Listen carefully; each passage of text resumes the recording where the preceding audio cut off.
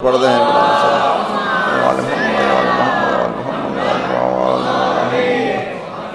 علماء علام کی سلامتی کے لیے، اپنی پریشانیاں دور ہونے کے لیے، عزاداری کی قبولیت کے لیے، بے زروں کے زر کے لیے، بے گھروں کے گھر کے لیے، عزاداری اور عزاداروں کے تحفظ کے لیے، امام زمانہ کے ظہور میں تعجیل کے لیے ایک مرتبہ پھر بآواز بلند صلوات پڑھ دیں۔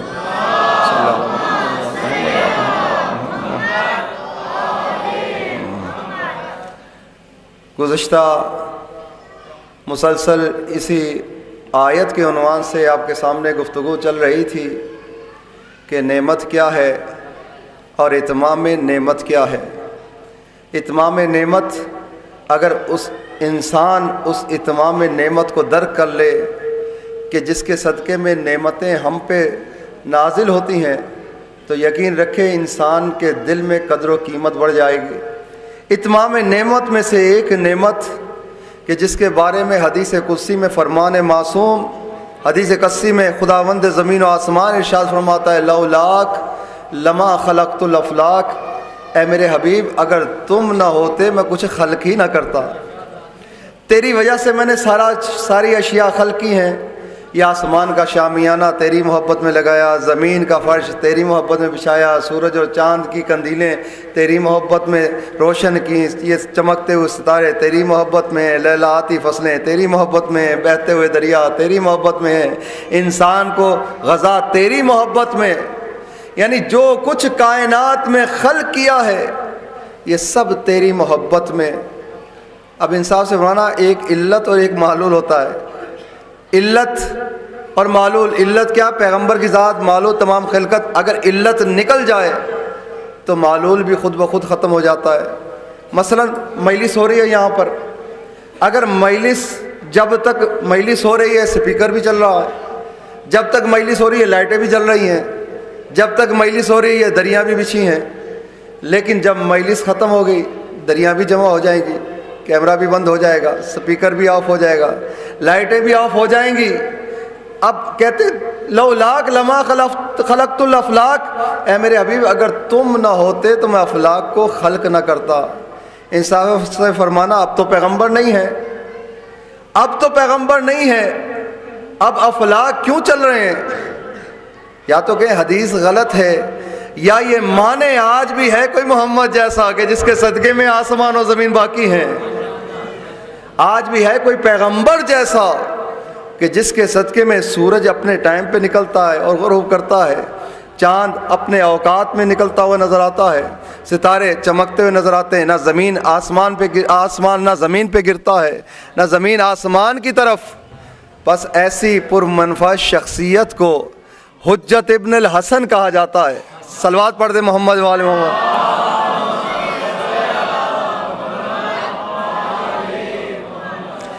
عرض کر رہا تھا کہ ہم ہیں غیبت کبریٰ کے زمانے میں، اور کیفیت ہماری کیفیت انتظار ہے۔ انتظار کی کیفیت میں نے رات اشارہ کیا تھا رات کی مجلس میں، انتظار کی کیفیت ایک جنگ کی کیفیت ہے، میدان جنگ کی کیفیت۔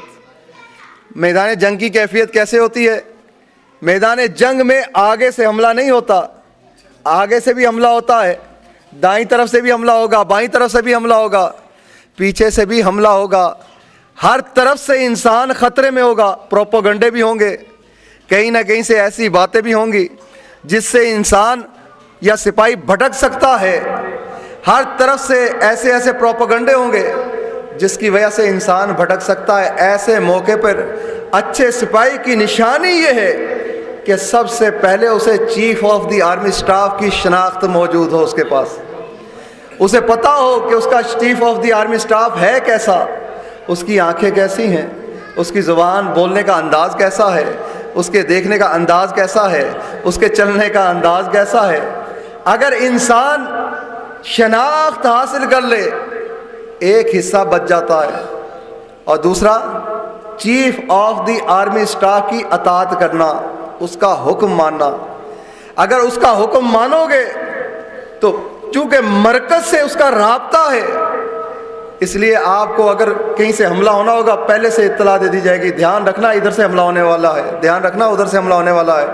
انصاف سے فرماؤ. اگر فوجی اپنے مرکز کو چھوڑ کر ادھر ادھر دیکھے نہ, اپنا سیدھا چلتا رہے, کہیں یا تو تیر کوئی گولی لگ سکتی ہے, کہیں کھائی میں گر سکتا ہے ضلالت کی, کہیں گمراہی کی کھائی میں جا سکتا ہے. ایسے موقع پر چیف کی شناخت کی ضرورت ہے. اور ایک چیف کی, دوسرا کس کی شناخت کی ضرورت ہے؟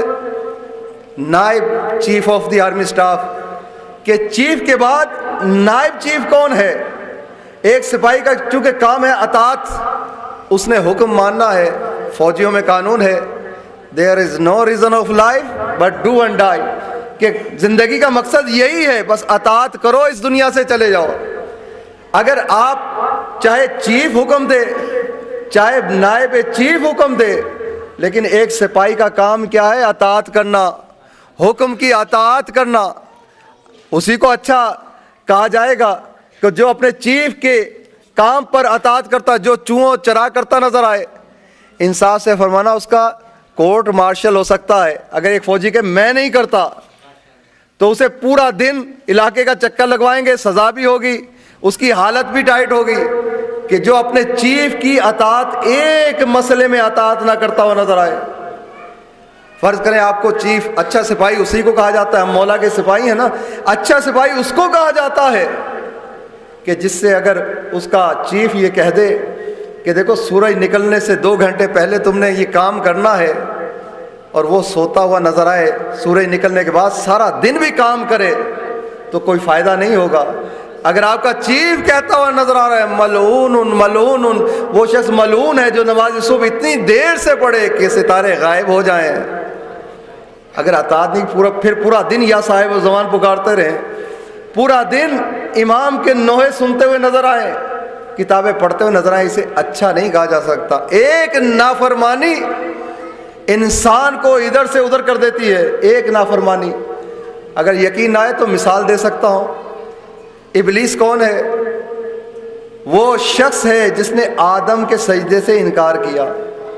اس شخص نے, اس شیطان نے 6000 سال پہلے آسمان پر, 6000 سال دوسرے آسمان پر, اتنی مدت تیسرے آسمان پر, ہر آسمان پر عبادت کی. خدا نے حکم فرمایا آدم کو سجدہ کرو, کہا خدایا یہ سجدے سے معاف کر دے, میں تیرے اتنے سجدے کروں گا کہ حساب ہی نہیں ہے. خداوند زمین و آسمان کی طرف سے حکم آیا, عبادتی من حیث ارید لا من حیث ترید. عبادت وہ چاہیے جیسے میں چاہتا ہوں, نہ کہ عبادت ویسی چاہیے جیسے تم چاہتے ہو. ہمیں نماز ویسی چاہیے جیسے میں چاہتا ہوں, نہ کہ نماز ویسی چاہیے جیسے تم چاہتے ہو. ہم یعنی پیغمبر والی نماز, اس طرف سے آئی ہوئی نماز, ایسا حکم جو خدا کی طرف سے آیا ہو. عبادتی من حیث ارید لا من حیث ترید. عبادت مجھے ویسی چاہیے جیسے میں چاہتا ہوں, نہ کہ عبادت وہ جیسے تم چاہتے ہو. ایک نافرمانی نے, ایک سجدے کے انکار نے شیطان کو شیطان بنا دیا, لعنتی بنا دیا, وہاں سے نکال دیا. اب انصاف سے فرمانا, اس نے اپنے مولا کی ایک نافرمانی کی, ہم اپنے مولا کی کتنی نافرمانیاں کرتے نظر آتے ہیں. بس یہ اطاعت کا نہ کرنا ہمیں قدم قدم سے مولا سے دور کرتا جا رہا ہے, قدم قدم سے امام زمانہ سے دور کرتا جا رہا ہے. ہم امام سے دور ہوتے جا رہے ہیں. بہرحال اچھے سپاہی کی نشانی یہ ہے, اچھے فوجی کی نشانی یہ ہے کہ جب اسے حکم دیا جائے تو حکم کی تعمیل کرے, چوہوں چرا نہ کرے. اگر اس سے کہا جائے یہ چیزیں اٹھا کے تم نے ادھر رکھنی ہے, اس کا کام یہ ہے وہ چیزیں اٹھا کے ادھر رکھ دے. اگر اس سے پھر حکم دیا جائے کہ وہ چیزیں اٹھا کے ادھر رکھنی ہے, وہ یہ نہیں کہے گا اس کا مقصد کیا ہے, جیسے اسے حکم دیا جا رہا ویسے کرے گا. اور فوج کا قانون بھی یہی ہے کہ جیسے کہا جائے تم نے کچھ نہیں بولنا, تم نے حکم کی اطاعت کرنی ہے. اب انصاف سے فرمانا, ایک فوجی جس کا chief of the army staff گناہ گار ہو, اس طرح اطاعت کرتا نظر آئے. انصاف سے فرمانا, جس کا مولا معصوم ہو, جس کا مولا معصوم ہو, جو اس کی بہتری کی خاطر سے حکم دیتا نظر آئے, اور کیا حق بنتا ہے اس امام کی نافرمانی کرتا نظر آئے انسان. بس ہر امام نے یہی فرمایا کہ جب ایسے مخلص افراد جو ہماری حکم کی اطاعت کرتے ہوئے نظر آئیں گے، ہمارے گرد جمع ہو جائیں گے، تب تمہارے امام پہ واجب ہو جائے گا کہ ظہور کرنا، قیام کرنا۔ صرف امام زمانہ کے ساتھ نہیں، مولا کائنات نے فرمایا جب میرے ساتھ مخلصین جمع ہو جائیں گے تب تمہارا امام بھی تمہارے ساتھ ہوگا۔ اس کے بعد امام صادق کے دور میں، امام رضا کے دور میں یہی کہا جاتا تھا کہ اگر ایسے مخلص اکٹھے ہو جائیں تو ہم پہ واجب ہوگا ہم قیام کریں۔ کیا امام نہیں چاہتے ان کے گرد ایسے مومنین اکٹھے ہوں جو خلوص کی انتہا پہ ہوں؟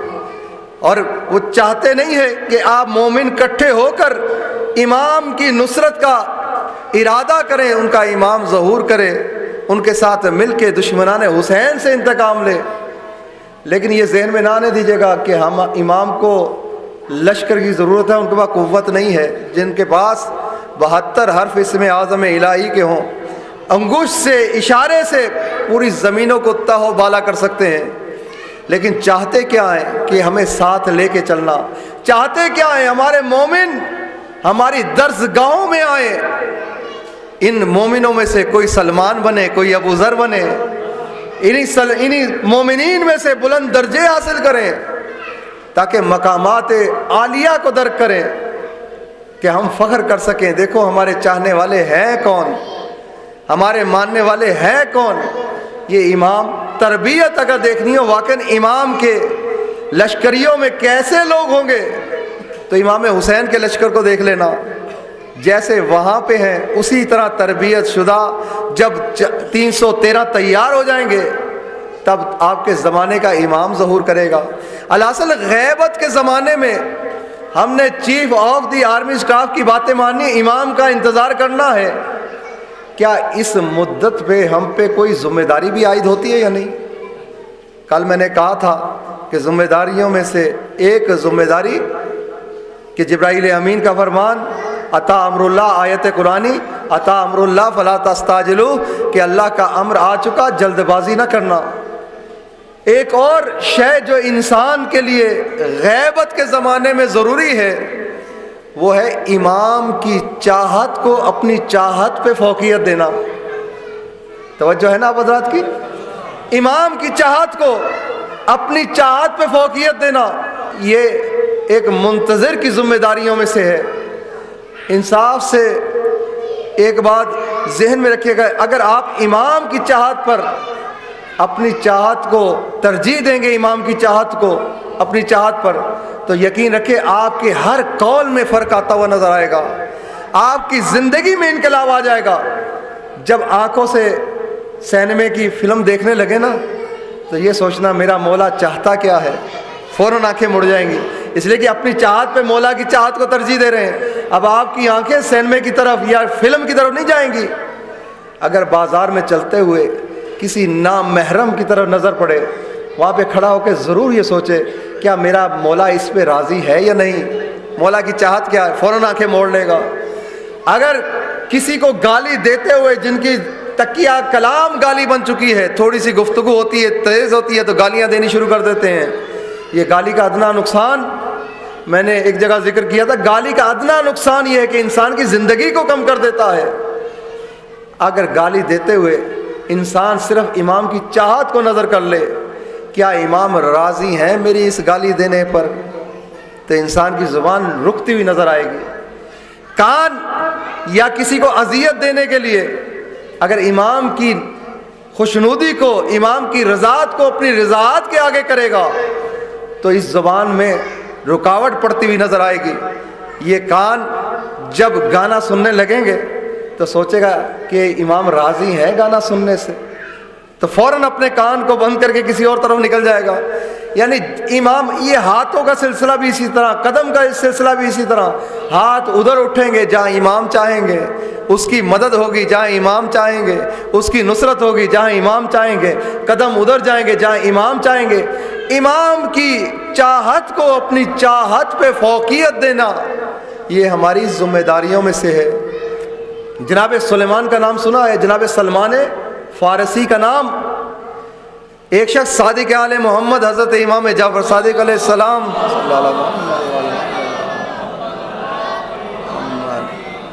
کی خدمت میں حاضر ہوا، کہا مولا کیا بات ہے، آپ جب مثال دینے لگتے ہیں سلمان کا ذکر کرتے ہیں، بیچ میں جب سلمان فارسی کا ذکر آ جاتا ہے، جب کوئی بات کرتے ہیں اس کی ابتدا بھی سلمان فارسی سے کرتے ہیں، اس کی انتہا بھی سلمان فارسی بھی کرتے ہیں، مثال دینے لگتے ہیں سلمان فارسی کا تذکرہ، کوئی کسی بارے میں بات کرتے ہیں سلمان فارسی کا تذکرہ، آپ کسی اور سے گفتگو کرنے لگتے ہیں سلمان فارسی کا تذکرہ۔ یہ کیا بات ہے مولا، سلمان میں کون سے ایسے پر لگے سرخاب کے کہ آپ ہر گفتگو میں سلمان کا تذکرہ کرتے ہیں؟ اس لیے بیان کر رہا ہوں کہ اگر آپ بھی چاہتے ہیں امام زمانہ کے ذکر میں آپ کا نام آئے تو آپ بھی یہ اپنا لیں، امام بھی آپ کا ذکر کرتے نظر آئیں گے، امام بھی آپ کا تذکرہ کرتے نظر آئیں گے۔ مولا کے چہرے پہ شکنیں پڑیں، چہرے کا رنگ سرخ ہو گیا، کہتے پہلے درستی کر دوں، سلمان فارسی نہیں سلمان محمدی ہے، سلمان ہم اہل بیت میں سے ہے۔ اور دوسری بات، کیوں میں سلمان کو تذکرہ کرتا ہوں، کیوں میں سلمان کا ذکر کرتا ہوں؟ سلمان میں 3 خوبیاں ایسی ہیں کہ جس کی وجہ سے ہر گفتگو میں میرا سلمان کا نام آتا ہے، ہر مثال میں میرا سلمان کا نام آتا ہے، ہر انداز میں سلمان کا نام آتا ہے۔ 3 خوبیاں سلمان میں ایسی ہیں، لوہے دل پہ لکھ لینا، ان خوبیوں پہ آپ عمل کر کے دیکھنا، انشاءاللہ تعالیٰ دیکھیں گے کہ کیسے امام زمانہ کی زبان پہ آپ کا ذکر آتا ہے، معصوم کی زبان پہ کیسے ذکر آتا ہے۔ کہا 3 خوبیاں سلمان میں ایسی ہیں کہ جس کی وجہ سے میں سلمان کو دوست رکھتا ہوں، سلمان کو چاہتا ہوں۔ مولا کون سی خصوصیات؟ کا سلمان جب بھی کسی شے میں عمل کرنے لگتا ہے پہلے یہ غور کرتا ہے کیا اس کام سے میرا مولا علی راضی ہے یا نہیں، سب سے آگے مولا کی رضاعت کو رکھتا ہے۔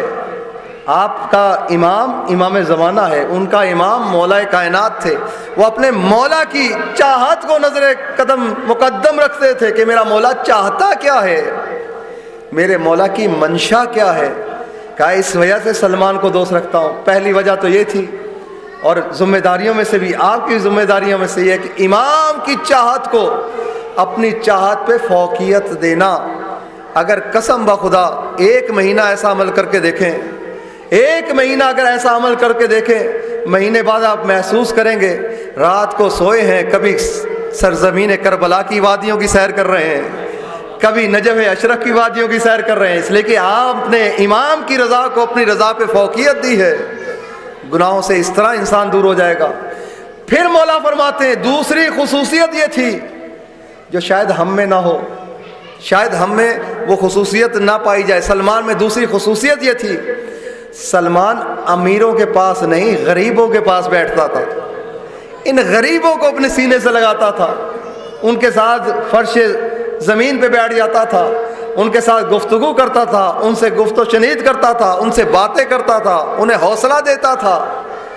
دوسری بات، اس سے مقصد یہ نہ لیجیے گا پیسہ برا ہے، ہر پیسہ برا نہیں ہے، وہ پیسہ برا ہے جو دنیا کی خاطر سے حاصل کیا جائے، لیکن وہ پیسہ برا نہیں ہے کہ جو اپنی اولاد کی تربیت کے لیے حاصل کیا جائے، جو مسجد کی تعمیر کے لیے حاصل کیا جائے، جو غریبوں کی مدد کے لیے حاصل کیا جائے، وہ پیسہ دین ہے۔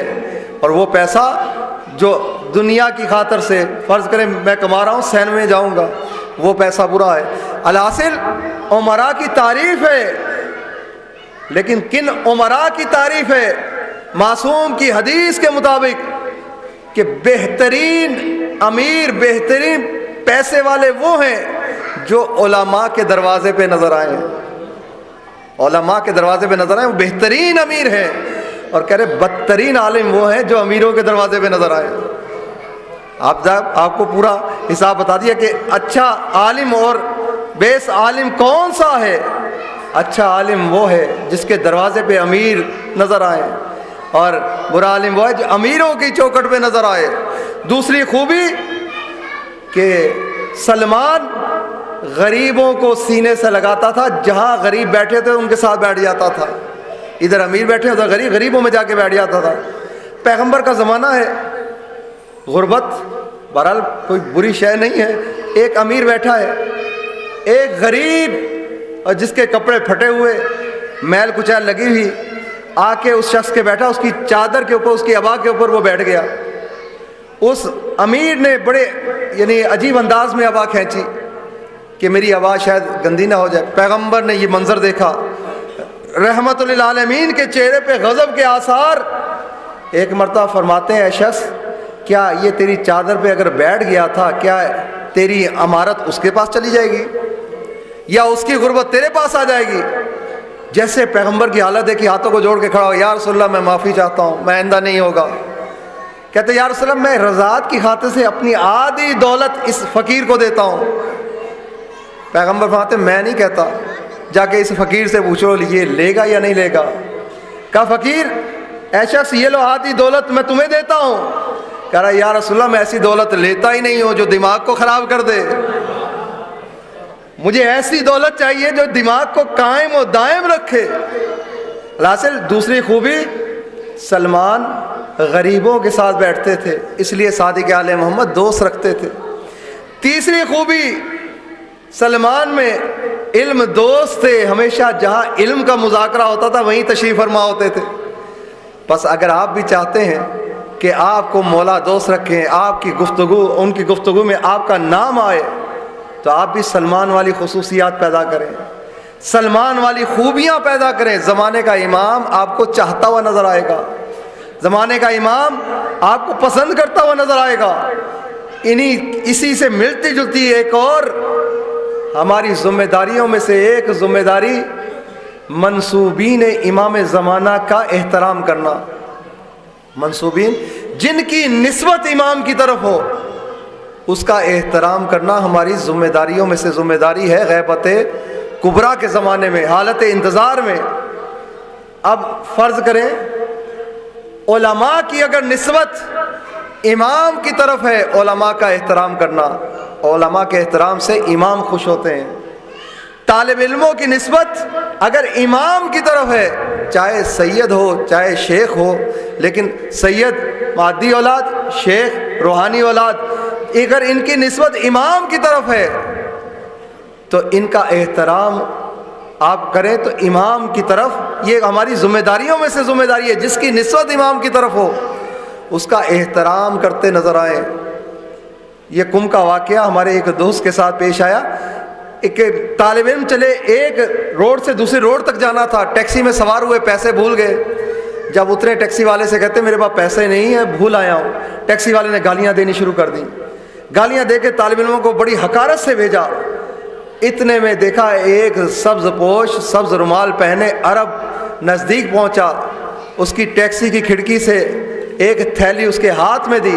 کہہ رہا یہ لو پیسے, آئندہ خبردار ہمارے علوم کے طالب علموں کو برا بلا نہ مت کہنا, ان کی عزت کرنا. الحاصل جو نسبت ہے کسی کو امام کے ساتھ ان کا احترام کرنا ہماری ذمہ داریوں میں سے ایک ذمہ داری ہے. اگر سادات کی نسبت امام کی طرف سے تو سادات کا احترام کرنا. پیغمبر کا فرمان اکرموا اولادی الصالحون للہ والطالحون لی, میری اولاد کی عزت کرو, جو نیک ہیں ان کا تو خدا کی خاطر سے تم احترام کرو گے, لیکن جو برے ہیں ان کا میری خاطر سے احترام کرنا. لیکن اس میں وہ شامل نہیں ہے جو دین سے بے ایمان ہو چکے ہیں, دوسری طرف وہ لیس من اہلک والا حال ہے. جو ایمان پہ باقی ہیں اگر گناہگار ہیں, ان کے قول و فعل میں تھوڑا سا تضاد ہے, پیغمبر فرماتے ہیں میری خاطر سے احترام کرنا. پر اگر ان کی نسبت امام کی طرف ہے تو سادات کا احترام ضروری ہے. اس کے بعد اگر مومن کی نسبت امام کی طرف ہے تو مومن کا احترام ضروری ہے. اگر ایک دوسرے کا احترام نہیں کریں گے, اگر مومن کو آپ جھک کے سلام کر رہے ہیں, مومن سے مل رہے ہیں اس نیت سے کہ اس کی نسبت امام کی طرف سے, آپ کا ملنا بھی عبادت ہے, آپ کا اس کو سلام کرنا بھی عبادت ہے. اور یقین رکھنا میں زیارات کے فکروں میں اکثر پڑھتا رہتا ہوں کہ زیارات کے فکریں الموالی لولیکم الموادی لعدوکم, مولا میں آپ کے دوست کو دوست رکھتا ہوں, آپ کے دشمن کو دشمن رکھتا ہوں. انصاف سے فرمایا اگر مولا کے دوست کو دشمن رکھیں گے, کیا آپ سچ بول رہے ہیں؟ آپ تو جھوٹے ہیں. اگر مولا کے دوست کو دشمن رکھیں یا دشمن کو دوست رکھیں تو آپ سچے نہیں ہیں. الموالی لولیکم الموادی لعدوکم, ہر امام کے حرم میں یہ سلسلہ ہے کہ کوئی معصوم اپنے حرم میں اس شخص کو داخلے کی اجازت نہیں دیتا جس کے دل میں کسی مومن کی طرف سے قدورت ہو، تھوڑا سا بھی کینہ ہو، وہ معصوم اپنے حرم میں داخلے کی اجازت نہیں دیتا۔ اور شب قدر میں جہاں لاکھوں کروڑوں انسان بخشے جاتے ہیں، لیکن کہتے ہیں اس کی بخشش نہیں ہوگی جس کے دل میں کسی مومن کی طرف سے قدورت ہو۔ الحاصل ہماری فرائض میں سے ایک فریضہ جس شے کی نسبت امام کی طرف ہو اس کا احترام کرنا۔ مسجد جمکران کی نسبت امام کی طرف ہے، ادھر احترام کرنا۔ مسجد صالح کی نسبت امام کی طرف ہے، اس کا احترام کرنا۔ مجلس کی نسبت امام کی طرف ہے، اس کا احترام کرنا۔ عالم کی نسبت امام کی طرف ہے، اس کا احترام کرنا۔ فقیر کی نسبت امام کی طرف ہے، اس کا احترام کرنا۔ جب سب کا احترام کر لے، ایسا شخص حق رکھتا ہے کہلانے کا کہ میں امام کا انتظار کر رہا ہوں۔ جب علماء کا احترام کر لے، سادات کا احترام کر لے، مومنین کا احترام کر لے، اب بتائیں بچتا کیا ہے؟ اگر ہم اپنی ڈیوٹیوں پہ پورے اتر آئیں، اپنی ذمہ داریوں پہ پورے ہو جائیں، تو اس کے بعد اگر ایک انسان فرشتہ بنتا ہوا نظر آئے، اس مجلس سے جانے کے بعد اگر کوئی فطرس کی طرح صاحب پرواز بن جائے تو تعجب کی بات تو نہیں ہے، جس کے پاس ذمہ داریاں پوری ہو جائیں۔ اس مجلس کے اندر سے علم و عمل کے پروبال ملتے ہیں کہ جو انسان کو صاحب پرواز بنا دیتے ہیں۔ لیکن مجلسوں میں، ان مجلسوں میں جہاں سے آب حیات دیا جائے، آب حیات کیا شے ہے؟ آب حیات اس کو کہتے ہیں کہ جس کے بعد انسان مردہ نہ ہو، زندہ رہے۔ صادق آل محمد کا فرمان، اللہم صلی علی محمد۔ آپ ارشاد فرماتے ہیں کہ جو ایسی مجلس میں بیٹھے جہاں ہمارے اوامر زندہ کیے جائیں، اس کا دل مردہ نہیں ہوگا اس دن جب لوگوں کے دل مردہ ہوں گے۔ یعنی آب حیات دیا جاتا ہے۔ یا کون کون سی ہستیاں آتی ہیں، کون کون سی ہستیاں ان مجالس میں آتی ہیں کہ جن کے صدقے میں انسان بلندیوں۔ بہرحال ہمارا وارث موجود ہے، ہم بالکل اس حیوان کی طرح نہیں ہے جن کا کوئی وارث نہ ہو، جدھر منہ اٹھائے ادھر چلا جائے۔ ہمارا وارث موجود ہے، جس کا وارث موجود ہو بڑی احتیاط سے چلتا ہے، جس کا وارث موجود ہو قدم پھونک پھونک کے رکھتا ہے، جس کا وارث موجود ہو پریشان نہیں ہوتا، جس کا وارث موجود ہو اپنی نگرانیوں میں، اپنی پریشانیوں میں اس کو آواز دیتا ہوا نظر آتا ہے۔ بچے کا باپ موجود ہے تو بچے کو پریشانی میں باپ یاد آتا ہے۔ غلام کا آقا موجود ہے، اسے اپنا آقا یاد آتا ہے۔ ہم کیوں اپنے امام کو بھلائے بیٹھے ہیں؟ علماء نے تو یہی تو درس دیا ہے۔ سید بحر العلوم ہمارے مذہب کے بہت بڑے عالم دین گزرے ہیں، کہتے کہ ان کے ساتھ نجف اشرف میں شہرہ مچا کہ سید بحر العلوم، بحر العلوم لقب تھا ان کا، علم کا سمندر، ہر علم یہ جانتے تھے، علم میں اتنے آگے تھے۔ ان کے ساتھ رہنے والا ایک شخص تھا طالب علم، وہ کہتا جب میں سید بحر العلوم کے ساتھ پڑھتا تھا میں لائق تھا، سید ذرا کمزور تھے۔ کہتے میں حیران رہ گیا یہ کیسے سید بحر العلوم ہو گئے، اتنے اونچے مقام پہ کیسے پہنچے؟ کہتے میں آیا نجف اشرف، جب میں نے بحث کی میں نے دیکھا واقعی علم کا دریا ہے، علم ایسے زبان سے نکل رہا ہے کہ جس کا کوئی اندازہ نہیں۔ میں نے کہا سید جب ہم آپس میں تھے تم کمزور تھے اور میں لائق تھا، آج علم آیا کہاں سے؟ کہا اس علم پہ تعجب نہ کرنا، اس لیے کہ یہ سینہ مس ہوا ہے فرزند زہرا کے سینے سے، اس سینے سے مس ہوا ہے، یہ علم اسی کی برکت ہے۔ یہ سید بحر العلوم ہے۔ یہ ایک دفعہ ایک سال حج کے لیے گئے، حج میں ایک سال حج پہ رہے ہیں۔ کوئی جاتے ہیں لوگ حج پہ لیکن 40 دن بعد، مہینے بعد واپس آ جاتے ہیں، لیکن ایک سال سید بحر العلوم مکے میں زندگی گزاری۔ اب صرف مومنین نہیں آتے تھے، غیر بھی آتے تھے۔ جو حنفی آتے تھے انہیں فقہ حنفیہ کے حساب سے جواب دیتے تھے، جو مالکی آتے تھے انہیں فقہ مالکی کے حساب سے جواب دیتے تھے، دوسرے آتے تھے ان کو دوسرے ان کے حساب سے جواب دیتے تھے، کہ ہر ایک یہ کہنے پہ مجبور ہو گیا کہ واقعی یہ بحر العلوم ہے، علم کا سمندر ہے۔ اور جو بھی آیا سید کے پاس صندوق ساتھ پڑا تھا، اس میں ہاتھ ڈالتے تھے، جتنے پیسے آئے اسے پکڑا دیتے تھے، یعنی گنتے نہیں تھے کہ کتنے پیسے جا رہے ہیں، دیتے جاتے تھے۔ سید جب نجف سے چلے تھے تنہا نہیں تھے، ایک منشی ساتھ تھا، ایک غلام ساتھ تھا، ایک نوکر ساتھ تھا۔ اب سید سے کہتا ہے سید یہ کیا کر رہے ہیں؟ جو آ رہا ہے مٹھی بھر کے اسے پیسے دے رہے ہیں، جو آ رہا ہے اس کو اتنے اتنے پیسے دے رہے ہیں۔ کچھ تو سوچیں، یہاں کوئی آپ کے چاہنے والے نہیں ہیں کہ خمس دیں گے آپ کا پیسہ بھر جائے گا۔ یہ اگر ختم ہو گیا، یہ سعودی عرب کی گورنمنٹ ہے، یہاں سے آپ کو کچھ نہیں ملنا۔ کہہ رہے سید خاموش، اسی رواج سے جو آ رہا ہے پیسے دے رہے ہیں، جو آ رہا ہے پیسے دے رہے ہیں۔ ایک دن میں نے کہا سید میں نے جو کہا تھا وہ ہو گیا۔ کہہ رہے کیا؟ میں نے کہا تھا کہ پیسے ختم ہو جائیں گے، پیسے ختم ہو گئے۔ کہہ رہے سید خاموش، گئے مسجد الحرام میں طواف خانہ کعبہ کیا، 2 رکعت نماز پڑھی، گھر میں آ کے بیٹھ گئے۔ ابھی بیٹھے تھے دروازے پہ دستک ہوئی۔ کہہ رہے میں غلام ہوں، نوکر ہوں گھر کا، میں اٹھا، میں جا کے دروازہ کھولوں۔ سید فرماتے ہیں آج تیری ڈیوٹی نہیں، آج سید دروازہ کھولے گا۔ کہتے میں حیران پریشان، کون ہے جس کے لیے سید جانا چاہتے ہیں؟ لازم مجھے نہیں بتانا چاہتے۔ میں پیچھے پیچھے چلا، کیا دیکھا؟ دروازہ کھلا، اونٹ پہ ایک ہستی سوار ہے۔ سید نے اپنے زانو کو طے کیا، اس ہستی نے ان کے اس پہ پاؤں رکھا اور زمین پہ اترے۔ اب اندر لے کر آئے، سید پیچھے پیچھے، وہ آگے آگے، بار بار کہتے سیدی و مولائی، سیدی و مولائی۔ مولا آپ نے اس غلام کو عزت دی ہے، یہاں پر آ کر آپ نے غلام کی عزت افزائی کی ہے، مولا میں آپ کا کیسے شکریہ ادا کروں؟ لا کے ادھر بٹھایا جہاں سید خود بیٹھتے تھے، خود جوتیوں کے پاس بیٹھے، بار بار کہہ رہے سید سیدی مولا، جیسے آپ فرما رہے ہیں ویسے ہی ہے، یہ مسئلے کا ایسا ہی جواب ہے۔ کچھ دیر کے بعد وہ ہستی اٹھی، دیکھا سید آگے آگے دوڑتے جا رہے ہیں۔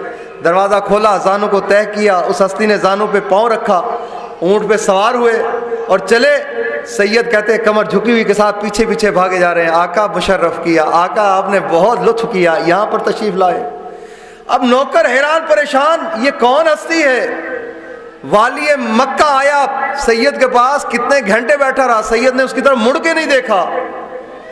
گورنر آیا مکے کا، سید نے اس کی طرف رخ بھی نہیں کیا۔ یہ کون ہے جس کا اتنا احترام کر رہے ہیں؟ کہتے ہیں میں حیران پریشان، لیکن سید سے پوچھنے کی جرت ہی نہ ہوئی۔ سید اندر داخل ہوئے، ایک رکا دیا، کہتے جاؤ بازار صفا کے اندر، وہاں پر صرافی کی دکان ملے گی، اس کو یہ رکا دے دینا، جو دے گا لے آنا۔ کہتے میں آیا بازار صفا کے اندر، چکر لگائے بازار میں، مجھے صرافی کی دکان نہیں ملی، منی ایکسچینجر کی دکان یا زرگر کی دکان نہیں ملی۔ کہتے میں نے کسی سے پوچھا یہاں صرافی کی دکان ہے؟ کہتا صرافی کی دکان ڈھونڈنی ہو تو بازار صرافے میں جاؤ، دوسرا بازار ہے، یہاں پہ کوئی نہیں ملے گا۔ لیکن میں نے سوچا سید کبھی جھوٹ نہیں بولتے، اگر انہوں نے کہا اسی بازار میں تو اسی بازار میں ملے گی۔ کہتے میں نے چکر لگایا درمیان بازار کے اندر، دیکھا ایک چھوٹی سی دکان ہے جس پہ ایک ضعیف بیٹھا ہے، تلاوت قرآن کر رہا ہے، اوپر لکھا ہے صرافی کی دکان۔ کہتے میں نے رکا دیا، اس نے رکا، میں نے کہا یہ رکا آپ کا ہے؟ رکا لیا، آنکھوں سے لگایا، اٹھ کے کھڑا ہو گیا۔ کہتے ہاں ہاں یہ میرا رکا ہے۔ کہا پھر میں کیا کروں؟ کہا 4 مزدور لے کر آؤ، 4 مزدور لے کر آؤ۔ کہہ رہے میں 4 مزدور لے کے آیا۔ کہا یہ اندر پیسے کے ڈھیر لگے ہیں، جتنا اٹھا سکتے ہیں اٹھا کے لے جاؤ۔ کہہ رہے پیسے بھرے، لے کر آئے، صندوق میں خالی کیا، دوسرے صندوق میں خالی کیا، تیسرے صندوق میں خالی کیا۔ اب میں حیران پریشان، یہ ضعیف کون تھا، یہ دکان کس کی ہے، اور یہ خط کس کا تھا، وہ عرب کون تھا؟ حیران پریشان یہ چکر کیا ہے؟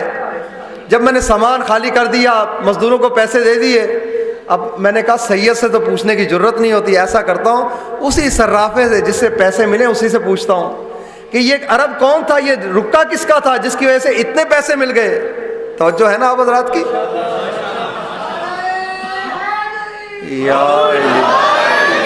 یہ رکا کس کا تھا، یہ سگنیچر کس کے تھے؟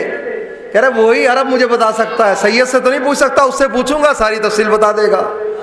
کہتے میں پہنچا اسی بازار صفا میں، 15 چکر لگائے لیکن صرافی کی دکان نہیں ملی۔ اب کہتے میں واپس آیا گھر میں، مجھے دیکھ کے سید کے چہرے پہ ایسے مسکراہٹ آئی جیسے سمجھ گئے کہاں سے آ رہا ہے۔ پوچھتے کہاں تھے؟ کہا آقا ذرا باہر مجھے کام تھا، وہاں سے ہو کے آ رہا ہوں۔ کہہ رہے جھوٹ کیوں بولتے ہو، یہ کیوں نہیں کہتے صرافی کی دکان دیکھنے گیا تھا؟ کہتے اے شخص تو مجھے بے وارث سمجھتا ہے، میرا وارث موجود ہے، جب مجھے پیسے کی ضرورت ہوتی ہے ایک دفعہ یا صاحب الزمان کہتا ہوں، مجھے پیسہ پہنچاتا ہے۔ اس لیے کہہ رہا ہوں علماء نے بتایا وارث موجود ہے۔ شاید اس سے ذکر ہی نہ کرتے۔ ذکر کرنے کا مطلب یہ تھا کہ اے مومنو آپ بے وارث نہیں ہو، آپ کا وارث موجود ہے، ادھر ادھر ہاتھ پھیلانے کی ضرورت نہیں ہے۔ ذرا اپنے مولا کو تو پکار کے دیکھیں۔ اپنی پریشانیوں میں آپ کے پاس ایسی قوت موجود ہے جس کا نام امام ہے۔ امام کا معنی ہے ہر دکھ اور درد کا علاج، جو پروردگار سے آپ کو لے کے عطا کرتا ہے۔ بس ایسا امام، ایسا پیشوا، ایسا رہبر، ایسا محبت کرنے والی شخصیت اگر آپ کے اندر موجود ہو، پھر انسان اس کی طرف رجوع نہ کرے تو یہی کہہ سکتے ہیں معرفت کی کمی ہے۔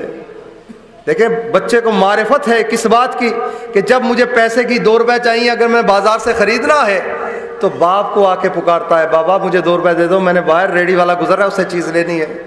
انصاف سے فرماؤ، اگر آپ کو پریشانی آتی ہے، آپ کو معلوم ہو آپ کا امام ہے کون، پیغمبر فرماتے ہیں انا و علی، میں اور علی دونوں اس امت کے باپ ہیں۔ جیسے اس باپ سے انسان مانگتے ہوئے شرماتا نہیں ہے، اسی طرح جب مومن کو پریشانی آتی ہے تو اپنے روحانی باپ سے بھی مانگتا ہوا نہ شرمائے۔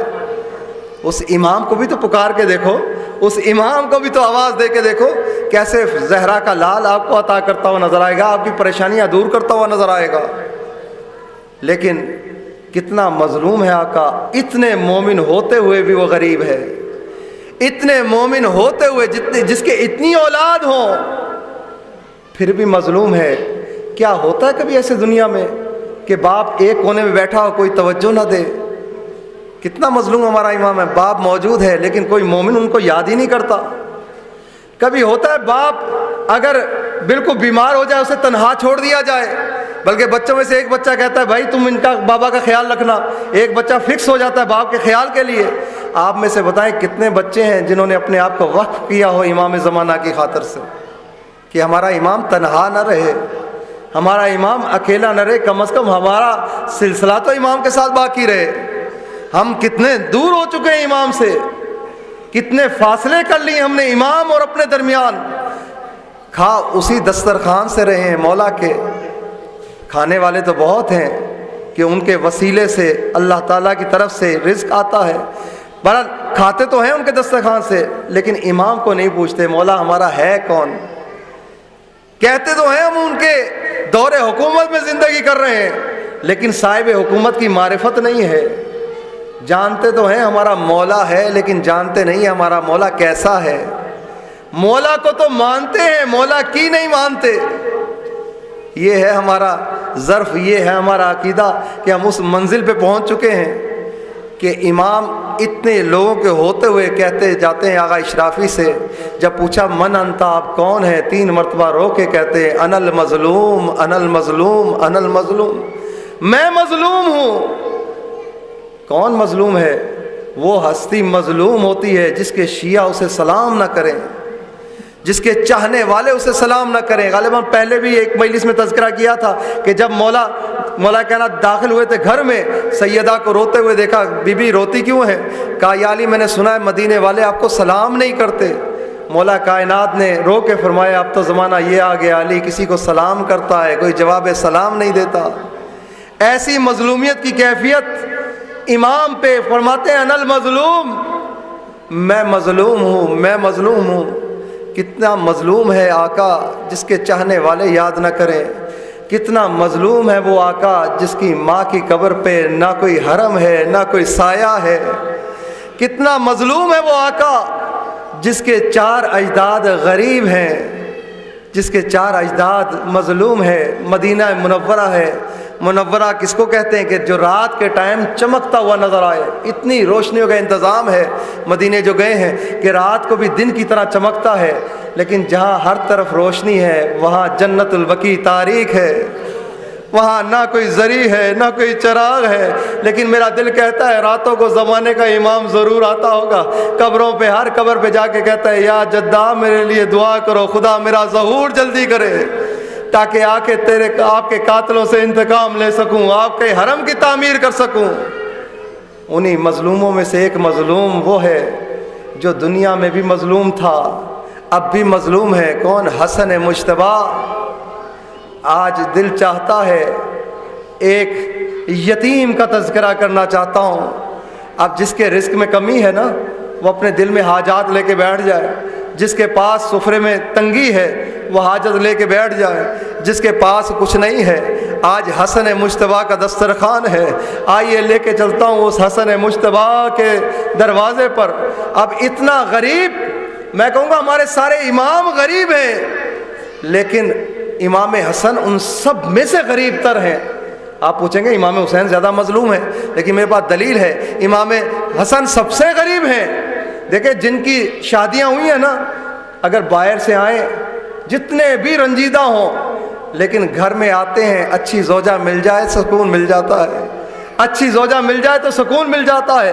کبھی ہوا شادی شدہ رات کو تکلیف میں مبتلا ہوں، کبھی بہن کو آواز دیں یا ماں کو آواز دیں، ہمیشہ رات کو جب تکلیف ہوتی ہے شادی شدہ آدمی اپنی زوجہ کو آواز دیتا ہے، میری جان قربان آپ کا یہ مولا اتنا غریب ہے جو گھر میں بھی غریب ہو۔ ایک مرتبہ زہر نیچے جاتا ہے، سینے پہ ہاتھ آتا ہے، اور کہتے ہیں کنیز میرے قریب آ، کنیز کو قریب بلا کے کہتے ہیں جلدی سے جا میری بہن زینب کو خبر کر، تیرے بھائی کو زہر مل چکی ہے۔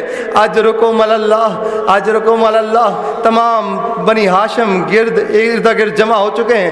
امام نے اس حالت میں ایک رکا لکھا، ایک تعویذ لکھا، باندھ کے شہزادہ قاسم کے بازو پہ باندھ دیا اور کہا بیٹا جب تمہیں مشکل پیش آیا کرے، جب تمہیں کوئی مشکل پیش آئے اس تعویذ کو کھول لینا، تیری مشکل آسان ہو جائے گی۔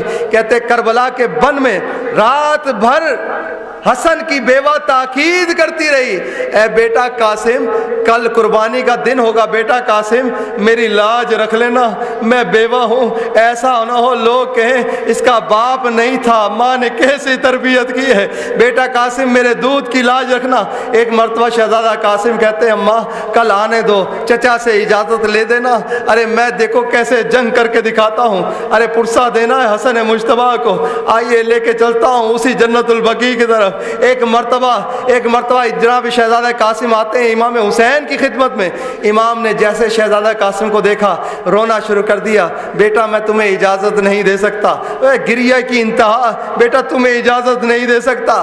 اب میں آپ سے سوال کروں گا، جو شہید بھی امام کے پاس آیا امام نے اسے فوراً اجازت دی، شہزادہ قاسم کو اجازت کیوں نہیں دی؟ اس لیے کہ شہزادہ قاسم میں کچھ خصوصیات تھیں جو باقی شہداء میں نہیں تھیں۔ وہ کون سی خصوصیات؟ ایک خصوصیت یہ تھی کہ یہ شہزادہ قاسم یتیم تھے، اس وجہ سے امام اجازت نہیں دے رہے تھے۔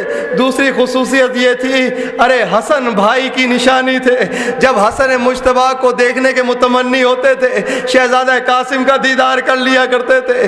تیسری خصوصیت شہزادہ قاسم میں جو باقیوں میں نہیں تھی، ارے بیوہ ماں کا سہارا تھے قاسم، ارے بار بار آتے ہیں چچا مجھے اجازت دے دے، امام کہتے ہیں میں تجھے اجازت نہیں دوں گا۔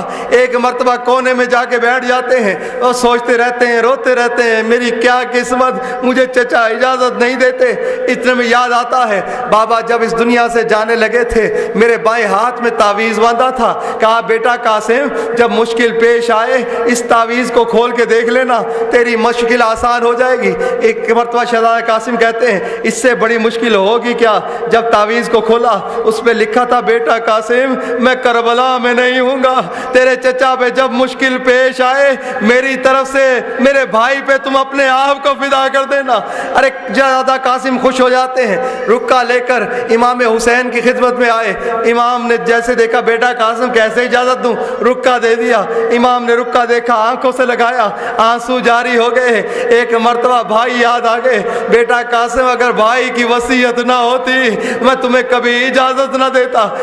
گلے میں باہوں میں باہیں ڈال کر اتنا روئے کہ چچا بھتیجا غش کر جاتے ہیں۔ غش سے افاقہ ہوا، شہزادے کو تیار کیا، ارے کہتے اتنا چھوٹا سن تھا کہ امام نے خود سوار کرایا، اور اس شہزادے کی خاطر سے امام گھوڑے پہ سوار ہوئے، مولا عباس گھوڑے پہ سوار ہوئے، شہزادہ قاسم جنگ کرتے جا رہے ہیں، امام پیچھے سے شاباش دیتے جا رہے ہیں۔ اتنے میں ازرق شامی آگے بڑھا، امام واپس آئے، ام فروا سے کہتے ہیں ام فروا سنا ہے ماں کی دعائیں جلدی قبول ہوتی ہیں، دعا کرو قاسم خیریت سے رہے، ازرق شامی آ رہا ہے۔ ایک مرتبہ شہزادی نے دعا کی ہوگی، ازرق شامی کے چاروں بیٹوں کو فنار کیا، ازرق شامی کو بھی قتل کیا۔ ایک مرتبہ جنگ کرتے کرتے شہزادے کی آواز آئی، چچا میں گر گیا، چچا میری مدد کو آؤ۔ ارے اتنا کہنا تھا، امام عقاب کی طرح بڑھے۔ ارے وہ قاتل آگے بڑھا، چاہتا تھا شہزادہ قاسم کا سر جدا کرنا، امام آگے پہنچے، تلوار کا وار کیا، اس نے اپنا ہاتھ آگے کر لیا، ہاتھ کتا ہوا، اس نے اپنے تمام لشکریوں کو آواز دی میری مدد کو آؤ۔ تمام لشکری آئے، اگر جنگ شروع ہو گئی۔ جنگ میں کیا ہوتا ہے، ادھر کے گھوڑے ادھر، ادھر کے گھوڑے ادھر۔ ارے ایک مرتبہ امام جنگ کرتے جا رہے ہیں، امام کی کانوں میں مسلسل آواز آ رہی ہے، چچا میری مدد کو آؤ، چچا میری مدد کو آؤ، چچا میری مدد کرو، چچا جنگ روک دو، چچا میری مدد کرو۔ اب میں ہاتھوں کو جوڑ کے، ارے پرسہ امام حسن کو دینا، ہاتھوں کو جوڑ کے سوال کروں گا۔ ہر شہید نے ایک مرتبہ آواز دی، شہزادے نے بار بار آواز دی۔ ارے کس لیے آواز دی؟ اس لیے کہ جب کسی گھوڑے کا پاؤں شہزادے کے سینے پہ پڑتا تھا، آواز دیتے تھے، چچا میری مدد کرو، چچا میری مدد کرو، چچا جنگ روک دو، اجرکم اللہ، اجرکم اللہ۔ ان رونے والی آوازوں پہ خداوند اپنی رحمت نازل کرے، انہیں کسی غم میں نہ ڈبوائے، ان کے رزقوں میں وسعت دے، اجرکم اللہ۔ امام پہنچے، امام اس جگہ پہنچے جہاں قاسم کی آواز آ رہی تھی۔ اب جہاں وہاں پہنچے، لاش نظر نہ آئی۔ علامہ حافظ کفایہ صاحب مرحوم کا یہ جملہ نقل کر رہا ہوں، وہاں لاش نظر نہ آئی۔ امام نے دائیں طرف دیکھ کے کہتے قاسم، آواز نہ آئی۔ بائیں طرف دیکھ کے کہا قاسم، آواز نہ آئی۔ آگے دیکھ کے کہا قاسم، آواز نہ آئی۔ یہ پہلا مقام ہے جہاں امام نے امامت کا سہارا لیا۔ بیٹا قاسم، میں امام ہو کے حکم دیتا ہوں، ارے چچا کو جواب دو، کہاں ہو بیٹا قاسم؟ دائیں طرف سے آواز آئی چچا، آگے سے آواز آئی چچا، بائیں طرف سے آواز آئی چچا، پیچھے سے آواز آئی چچا۔ جہاں جہاں قاسم کے لاش کے ٹکڑے پڑے تھے، ہر ٹکڑے سے آواز آئی چچا، اجرکم اللہ۔ امام نے ابا پھیلائی، ایک ایک ٹکڑے کو جمع کرتے جاتے ہیں، ابا کے دامن میں رکھتے جاتے ہیں، ایک ایک ٹکڑے کو اٹھاتے جاتے ہیں، ابا کے دامن میں رکھتے جاتے ہیں۔ اور ایک فقرہ علامہ مازندرانی کا، انہوں نے یہی واقعہ پڑھا، اور واقعہ پڑھنے کے بعد جب رات کو جا کے سوئے ہیں تو عالم خواب میں شہزادی جناب زہرا کی زیارت نصیب ہوتی ہے۔ بی بی کو سلام کیا، بی بی نے جواب سلام دیا، جواب سلام ایسے دیا جیسے کوئی ناراض ہو۔ کہا کہ آقا زادی کیا میں نے کوئی غلط کیا ہے، غلط پڑھا ہے، یا کوئی میں نے جسارت کی ہے؟ کہا کہ اے شیخ، آئندہ سے ایسا مصائب میرے حسین کے حرم میں نہ پڑھنا۔ کہا بی بی میں نے غلط پڑھا ہے۔ کہا تو نے صحیح پڑھا ہے، لیکن جب سے تو مصائب پڑھ کے آیا ہے میرا حسین ہوش میں نہیں آ رہا۔ ارے وہ کون سا فقرہ ہے؟ جب لاش کے ٹکڑے اکٹھے کیے، ارے لاش کو جمع کیا، اب لاش کی حالت دیکھی، امام نے سر پہ ہاتھ رکھ کے کہا، ہائے میں غریب ہو گیا، میرا بھتیجا کس عالم میں۔ امام نے ایک مرتبہ ابا کو اکٹھا کیا، ایک مرتبہ چلے خیمے کی طرف۔ میں کہوں گا ہر بی بی کے بچے کی لاش امام لے کر آئے، ام فروہ بھی انتظار میں ہوگی، ارے میرے بیٹے کی لاش بھی آئے گی، لیکن دیکھا امام آ رہے ہیں لیکن گٹھڑی ہاتھ میں ہے، ارے لاش کوئی نہیں ہے۔ ارے میں پوچھوں گا شاید ام فروہ کے دل میں آیا ہوگا شاید میرے بیٹے نے بے وفائی کی ہو، لیکن جب امام قریب پہنچے، ابا کا دامن کھولا، ارے قاسم کے لاش کے ٹکڑے دیکھے تو ضرور کہا ہوگا، اے ام فروہ اگر میری لاش پامال ہوگی، ارے اس مسئلے میں صرف قاسم نے میرا ساتھ دیا ہے۔ لیکن میں ہاتھوں کو جوڑ کے کہوں گا آقا آخری جملہ اور آپ کی زحمت تمام، اب جس کے دل میں جو حاجت ہو بیان کر لینا، اپنے مولا کے سامنے پیش کر دینا اور پرسہ دے لینا۔ میں ہاتھوں کو جوڑ کے کہوں گا آقا آپ کی لاش بھی پامال ہوئی، ارے شہزادہ قاسم کی لاش بھی پامال ہوئی، لیکن فرق ہے آقا آپ کی لاش اس وقت پامال ہوئی جب آپ کے جسم سے روح نکل چکی تھی، لیکن شہزادے کی لاش اس وقت پامال ہوئی جب روح موجود تھی، اسی لیے بار بار آواز آتی تھی چچا جنگ روک۔ اللہ لعنت اللہ علی القوم الظالمین۔